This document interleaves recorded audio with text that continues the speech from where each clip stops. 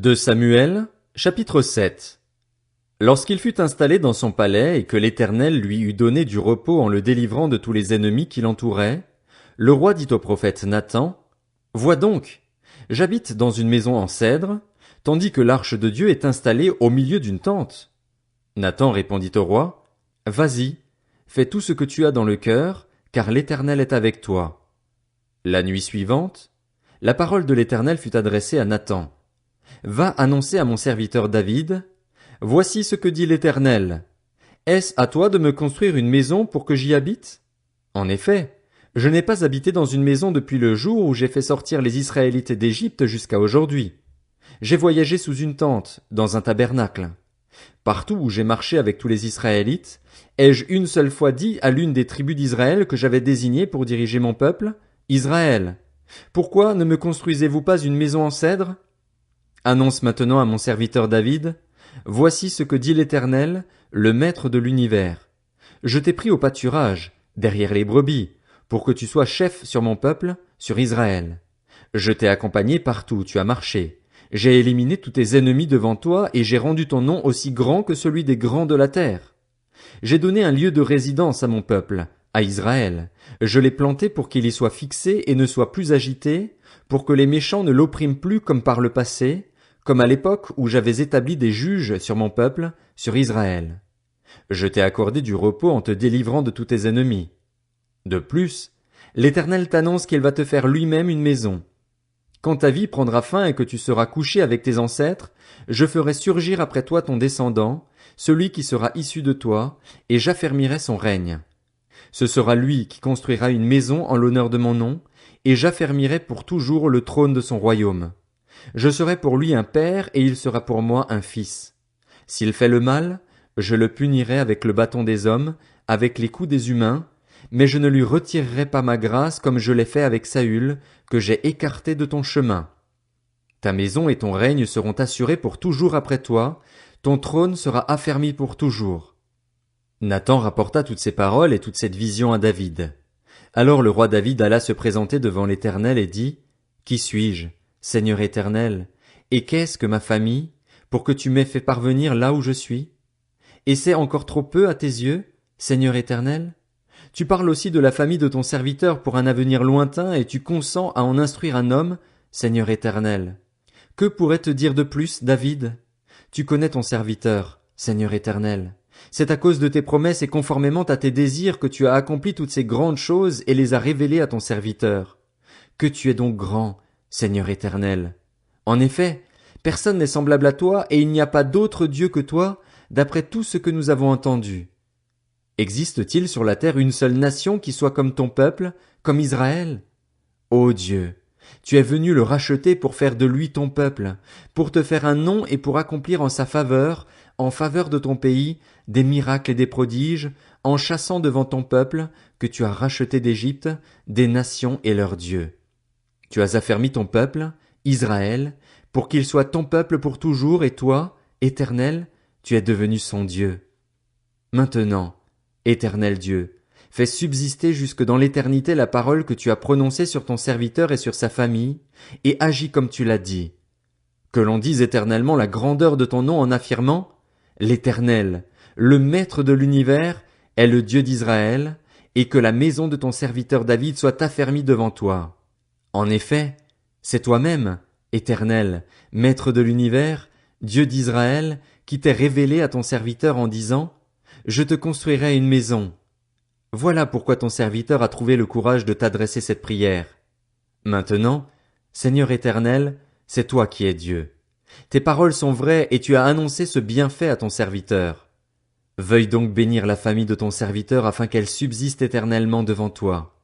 En effet, c'est toi, Seigneur Éternel, qui as parlé, et c'est grâce à ta bénédiction que la maison de ton serviteur sera bénie pour l'éternité. 2 Samuel, chapitre 8. Après cela, David battit les Philistins et les humilia, et il leur prit le contrôle de leur capitale. Il battit les Moabites et il les mesura avec un ruban en les faisant se coucher par terre. Il mesura 2 rubans à mettre à mort, et un plein ruban à laisser en vie. Les Moabites furent asservis à David et lui payèrent un tribut. David battit Hadadézer, fils de Rehob et roi de Tsoba, lorsqu'il alla rétablir sa domination sur l'Euphrate. David lui prit 1700 cavaliers et 20 000 fantassins. Il mutila les jarrets de tous les chevaux de trait pour ne conserver que 100 attelages. Les Syriens de Damas vinrent au secours d'Hadadézer, le roi de Tsoba, et David battit 22 000 d'entre eux. David posta des garnisons chez les Syriens de Damas. Les Syriens furent asservis à David et lui payèrent un tribut. L'Éternel protégeait David partout où il allait. David prit les boucliers en or que portaient les serviteurs d'Hadadézer et les amena à Jérusalem. Le roi David prit encore une grande quantité de bronze à Béthar et à Bérotaï, villes qui appartenaient à Hadadézer.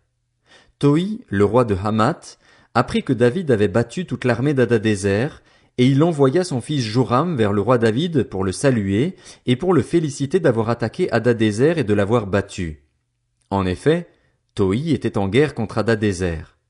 Joram apporta des objets en argent, en or et en bronze.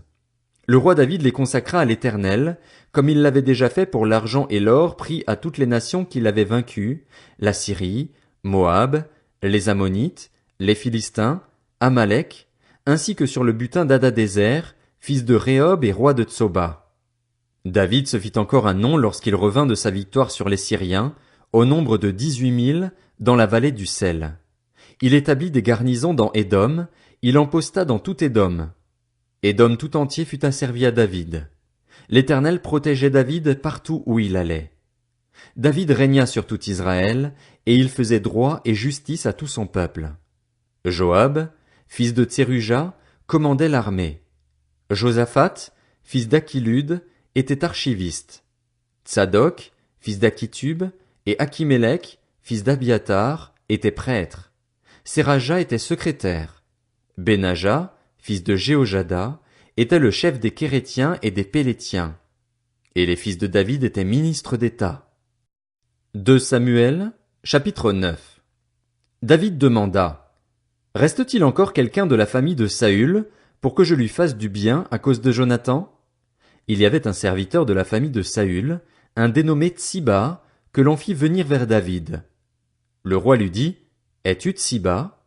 Il répondit: Pour te servir. Le roi dit: N'y a-t-il plus personne de la famille de Saül, pour que je fasse preuve envers lui de la bonté de Dieu? Tsiba répondit au roi: Il y a encore un fils de Jonathan. Il est handicapé aux 2 jambes. Le roi lui demanda: Où est-il? Et Tsiba répondit au roi: Il est chez Makir, fils d'Amiel, à Lo-debar. Le roi David l'envoya chercher chez Makir, le fils d'Amiel, à Lo-debar. Méphibosheth, fils de Jonathan et petit-fils de Saül, vint vers David, tomba le visage contre terre et se prosterna. David dit: Méphibosheth. Il répondit: Me voici, je suis ton serviteur. David lui dit: N'aie pas peur, car je veux te faire du bien à cause de ton père Jonathan. Je te rendrai toutes les terres de Saül, ton grand-père, et tu mangeras toujours à ma table. Méphibosheth se prosterna et dit: Que suis-je, moi ton serviteur, pour que tu prêtes attention à un chien mort tel que moi? Le roi appela Tsiba, le serviteur de Saül, et lui dit: Je donne au fils de ton maître tout ce qui appartenait à Saül et à toute sa famille. Tu cultiveras les terres pour lui, avec tes fils et tes serviteurs, et tu feras les récoltes, afin que le fils de ton maître ait du pain, de quoi manger. En outre, Méphibosheth, le fils de ton maître, mangera constamment à ma table. Or Tsiba avait 15 fils et 20 serviteurs.